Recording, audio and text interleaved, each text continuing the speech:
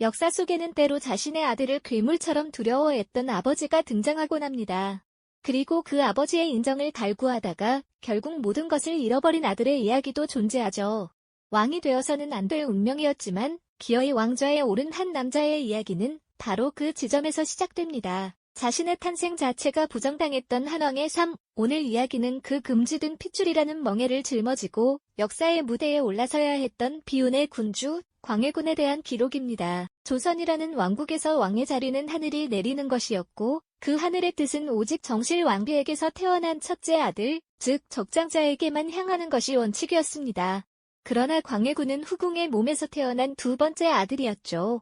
그의 존재는 시작부터 왕위계승의 중심에서 한참이나 비켜나 있었습니다. 어린 시절부터 그는 정실 소생의 왕자들과는 다른 길을 걸어야 했습니다.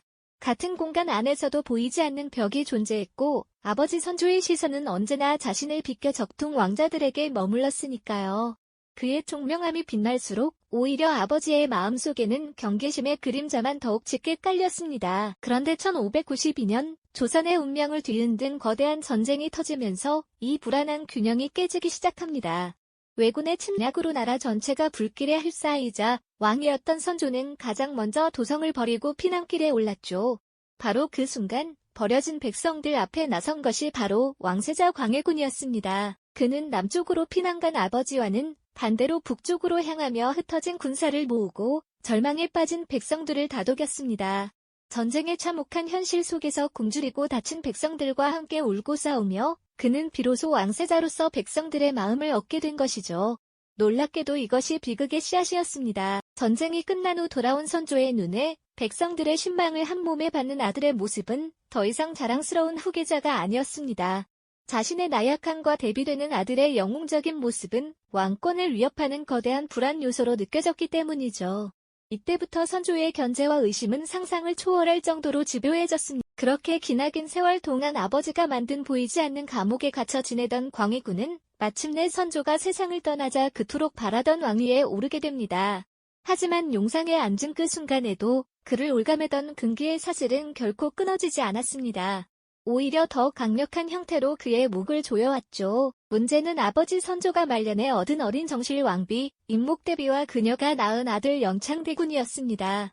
나라는 세자였던 광해군을 왕으로 인정했지만 왕실의 법도와 신하들의 마음속에는 여전히 정통성이라는 칼날이 숨겨져 있었던 겁니다. 새로운 왕의 즉위식은 축제라기보다는 살얼음판 위를 걷는 듯한 긴장감으로 가득했습니다. 신하들은 환호하면서도 한편으로는 언제든 진짜 주인인 영창대군에게 왕위를 돌려줘야 한다는 무언의 압박을 보내왔죠. 광해군에게 왕좌는 권력의 정점이 아니라 끝나지 않은 시험대 그 자체였습니다. 어린 이복동생 영창대군의 존재는 그 자체로 살아있는 위협이었고 자신보다 한참이나 어린 계모 임목대비를 어머니로 모셔야 하는 현실은 매 순간 그의 자존심을 무너뜨렸습니다. 왕이 되었음에도 불구하고 그는 여전히 임시왕이라는 꼬리표를 떼어낼 수 없었던 셈이죠. 이러한 불안감 속에서 광해군은 자신의 자리를 지키기 위해 필사적인 노력을 펼치기 시작합니다. 명나라와 새롭게 떠오르는 후금 사이에서 아슬아슬한 줄타기 외교를 펼치며 전쟁의 위협으로부터 나라를 지켜냈고 백성들의 고통을 덜어주기 위한 새로운 세금 제도를 도입하기도 했습니다. 그의 정책들은 분명 나라를 안정시키고 백성을 이롭게 하는 방향으로 나아가고 있었습니다. 그럼에도 불구하고 신하들의 의심은 사라지지 않았습니다.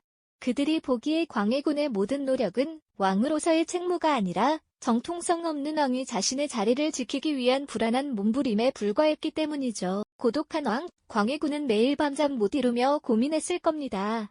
이 지긋지긋한 근기의 굴레를 어떻게 끊어낼 수 있을까? 어떻게 해야 이 나라의 진정한 왕으로 인정받을 수 있을까? 그리고 이 고뇌는 결국 그를 누구도 예상치 못했던 위험하고도 돌이킬 수 없는 선택으로 이끌게 됩니다. 결국 그는 왕좌를 지키기 위한 자신만의 사랑을 증명하기로 결심합니다. 바로 자신을 옥죄는 근기의 근원을 직접 제거해버리는 것이었죠.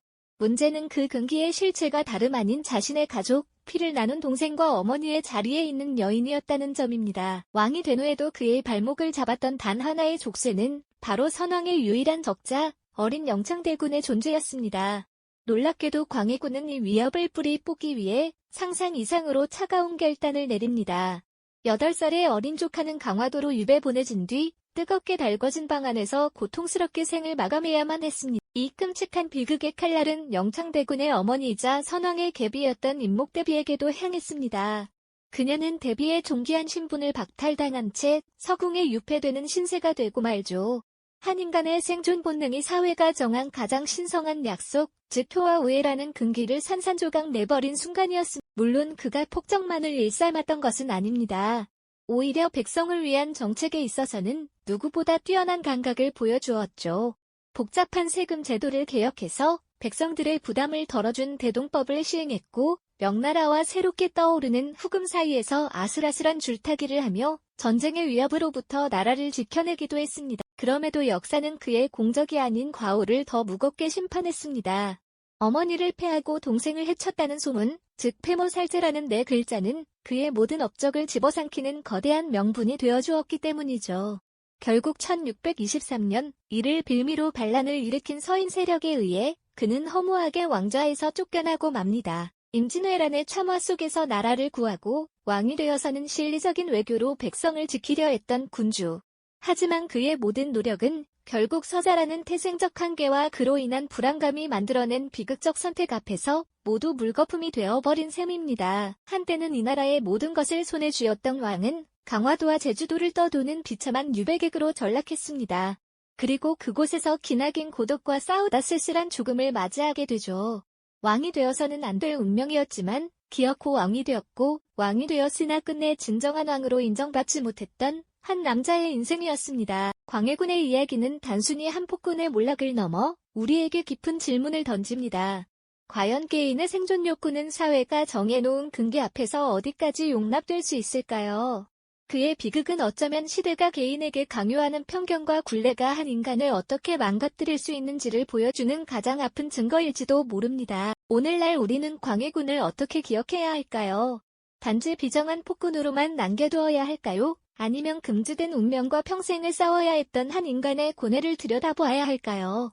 그의 삶은 여전히 역사 속에서 가장 뜨거운 논쟁거리 중 하나로 남아있습니다. 그렇다면 이토록 한 개인에게 비극적인 선택을 강요했던 조선이라는 나라의 근기는 과연 어디에서부터 시작된 그림자였을까요? 다음 시간에는 조선 사회 전체를 지배했던 또 다른 거대한 근기의 실체를 파헤쳐 보도록 하겠습니다.